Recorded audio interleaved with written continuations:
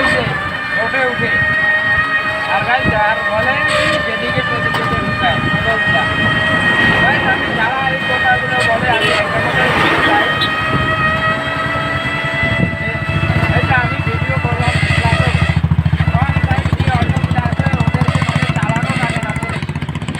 আর আমি যদি wrong side দিয়ে ঢুকি বলে কি টোটোটা এখানে রাখ, রাইজা তুই বাড়ি যা, পুলিশগুলো এইভাবে বলে। আমি অনেক জায়গায় ফাইন দিছি তো, এই যে টোটো নিয়ে মাল নিয়ে যাই বলে মাল রোডে ওঠা যায় না, তো পারমিট নেই, তো গায়ে এগুলো কথা বলে। আর আমি একটা বলতে চাই, আমি আমি টোটো চালিয়ে মাসে 10 লাখ টাকা কামাই করি গাইজ। আর আমি সরকারকে 5,000 করে মাসে ট্যাক্স দিতে চাই।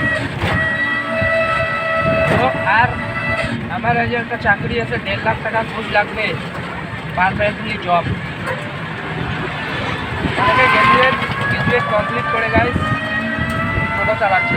তো আমি ওদের উদ্দেশ্যে বলতে চাই যে সরকারি চাকরি ছেড়ে দাও, এই টোটাল লাইনে আসো বন্ধু, খেলা হবে।